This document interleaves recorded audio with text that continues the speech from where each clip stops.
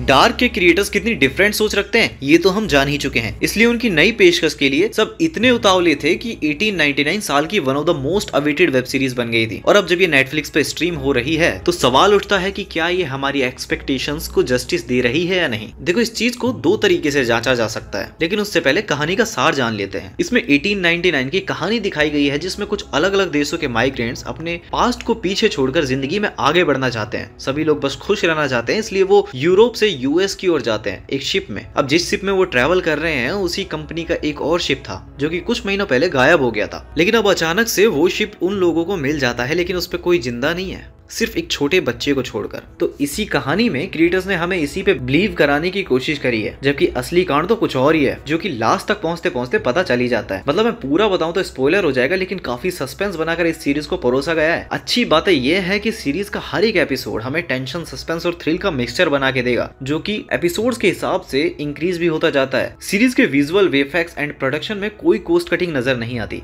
सब कुछ एकदम टॉप नॉच है। जितने भी एक्टर्स ने काम किया है सबका हर एपिसोड में स्टार्टिंग में इंट्रो पहले जो कैरेक्टर डेवलपमेंट का पैटर्न यूज किया है ना, वो काफी रास आता है और सभी एक्टर्स ने अपनी परफॉर्मेंस में जान डाली है। सीरीज के 4 एपिसोड तक आपके दिमाग में सारे क्वेश्चंस रेज होने लगेंगे। जैसे जैसे सीरीज आगे बढ़ेगी वैसे वैसे हमें सभी सवालों के लॉजिकल तरीके से जवाब दिए जाते हैं। अब इस बार भी क्रिएटर्स ने काफी अलग कॉन्सेप्ट को उठाकर एक यूनिक स्टोरी को प्रेजेंट करने की कोशिश की है, जिसकी हिंदी डबिंग काफी सेटिस्फाइंग है। लेकिन अब मुद्दा ये है कि जब सब कुछ बढ़िया है तो क्या ये मस्ट वॉच सीरीज बन जाती है? देखो, कुछ चीजें हैं जिन पे गौर करना भी जरूरी है, जैसे कि सीरीज का हर एक एपिसोड अराउंड 50 मिनट का है और स्टार्टिंग के 3 एपिसोड में बस स्टोरी को बिल्डअप करने में टाइम दिया गया है, तो इसलिए वो काफी लेंथी फील होती है और थोड़ा बोर भी करती है। साउंड इफेक्ट जो यूज करे गए हैं वो काफी तगड़ा थ्रिल देते हैं, लेकिन बैकग्राउंड म्यूजिक काफी यूनिक सा है जो कभी कभार अच्छा लगता है और कभी कभार मिसमैच सा। एक चीज खटकती है हिंदी डबिंग के साथ, अब क्योंकि सभी कैरेक्टर्स अलग अलग देश के हैं और सबकी अलग अलग लैंग्वेजेस हैं, लेकिन उन सभी लैंग्वेज को हिंदी में ही डब किया गया है और आपस में कैरेक्टर्स को लैंग्वेज समझ नहीं आ रही, ये चीज फील होने लगती है। इससे हटकर बात करूं तो पूरी सीरीज हमें एक इल्यूजन दिखाती है जो कि हमें लास्ट एपिसोड में जाकर समझ आता है। इसकी वजह से कुछ एपिसोड्स यूजलेस फील हो सकते हैं। बाकी सीरीज के लास्ट एपिसोड को एक तगड़े ट्विस्ट के साथ और ओपन एंडिंग के साथ खत्म किया गया है, जिससे ये बात कंफर्म हो जाती है कि सीरीज को आगे और सीजन्स में भी उतारा जाएगा। अब एक बात ये भी आती है कि क्या हमने इस टाइप के कॉन्सेप्ट पहले देखे हैं? वेल, कुछ हद तक देखे हैं, जैसे the Truman Show, the Matrix, the passenger.